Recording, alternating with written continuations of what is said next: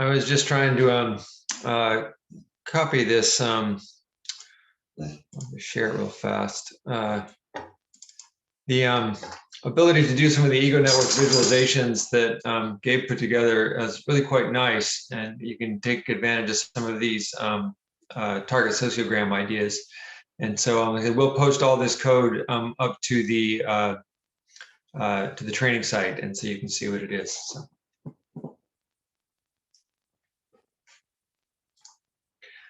All right, so thanks to the troopers here who've managed to make it through 2 days.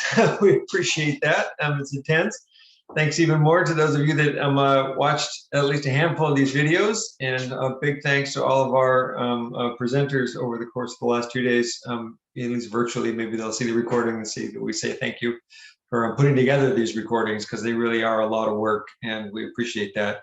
The good news is they will stay up there. The training site will be live, and it'll just stay there for as long as anyone wants to grab it. So if you want to go back and review some of these materials or have a look at that, that'd be great. What we wanted to do in this last session before we go is really just wrap up and see if the people have generalized questions about network analysis in general, suggestions for things they'd like to see us do next year when we're back together in person, or really anything like that. To my thinking, I think that it's been a really eye-opener to the various ways in which the Siena models have grown. That's one of the things I've learned over the last 2 days, is that they've become much more flexible than they were when they first came out. And that the ability to model the bipartite ergoms have also been great. I'm really jazzed about the new things we can do with community detection now, or at least close to now. And it's also reinforced for me the importance of getting this tool we're trying to build for both data sharing and EZIP coding for some basic stuff. So it's been a very useful few days for me. So at least for that, I think it's great.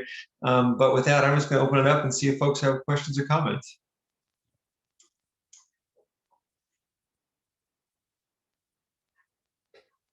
Or maybe they're all zoomed out and tired. Oh. One suggestion for next year, maybe a session on theories and how they relate to study design and analysis methods. Absolutely. I think that the question, of course, there is which theories. There are, it's a, such a big, I teach both graduate and undergraduate level courses on social theory. So it's a careful what you ask for. It might turn into our hermeneutic network session. We don't want to do that. So I think the question is like, which part do we do? Do you have ideas? Yeah, I'll turn on my mic, but I've got some background noise, so I might have to mute myself. Just thinking about like Berkman's model or some of those models that imply kind of a multi-level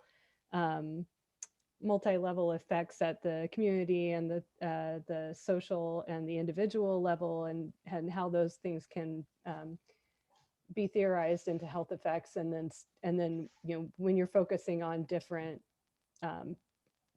potential pathways,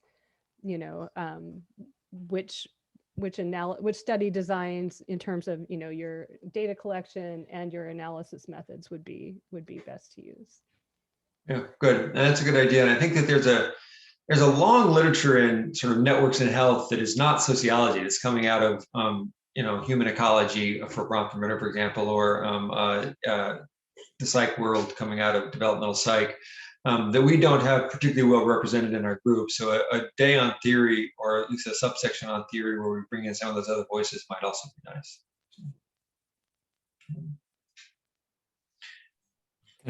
Can I ask for a future suggestion too, or is that? Sure, of course. Is that too close? But actually, in a breakout room, at one point we chatted with was John and Amy, and a couple of us stopped by, and we were talking about the sort of what do we do with text networks, which is like a contemporary, it's sort of an interesting thing that we were all thinking about. How do you like use them? How do they connect to health? Like, what does it mean? How do you think about these like network ideas that are often individual centered, but then all of a sudden you think about them as people connected by, say, documents connected by words or something like that. It puts up questions about how you're supposed to measure things, how you're supposed to understand things in a different light, and that'd be really fun to hear about, I think. Yeah, I think that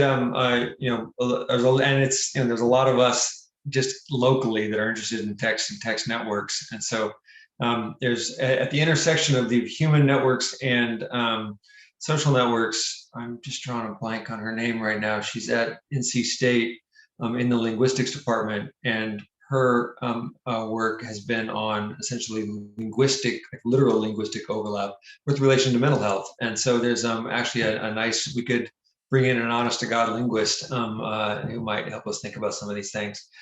Keith, you may know her. She was at Ohio State for a while before she came down to NC State. My brain's fried, so I've lost it now.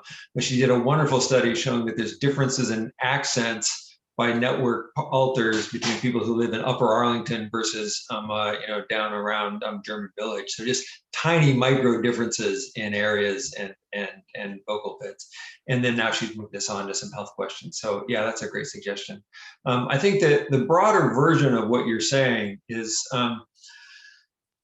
there's a measurement model question for edges. And so we spend a lot of time in most of social networks sort of taking our edges as given. And what's happened with a lot of these big networks and projections from bipartite networks of various and sundry sorts is that the edges, we might actually need a measurement model for what counts as an edge, and the difference between some versus a little versus none at all. And I don't think we've done a lot on that. Now, that said, we could do a whole week on measurement models, so we don't want to do that. But I think providing some tools for thinking about what that means would be useful across lots of contexts.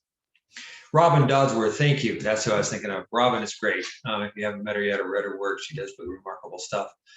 Someone also pointed out in the chat, maybe a half day or Friday hands-on projects. Yes, for those of you that unfortunately have never been able to do that, the face-to-face week-long version of this, we actually do breakout rooms for hands-on projects and workshopping stuff and things like this, and we just can't do that. The RAs know we've been sort of beating our heads to try to figure out ways to do sort of the look over your shoulder part of this, and it's just too complicated with this setup. But yes, absolutely, we want to do more of that. Any other sort of big picture kinds of ideas or thoughts that, like, reactions you've had or hopes you missed or thoughts you want to do more of?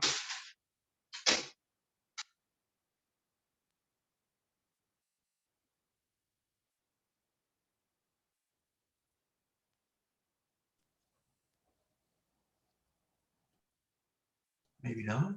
Angela, you were about to say something? Yeah. I guess one other thing is maybe looking a little bit more deeply at time series analysis and network changes over time, both at whole networks and in egocentric networks. I'm doing an egocentric network analysis right now, and the networks have really diminished in size over time, but I think it's due to survey fatigue and the fact that, people, once we asked them the first time, they knew it was coming. And anyway, so just thinking about some of those, but also in terms of whole network designs, how to manage those. That's a great point. I think there's a definite data collection sort of wing that we can spend more time on. We have spent our time on it in prior years, but it's respondents are smart, and once they learn that you have a 3-hour module you just that they can skip out of by saying they have no friends.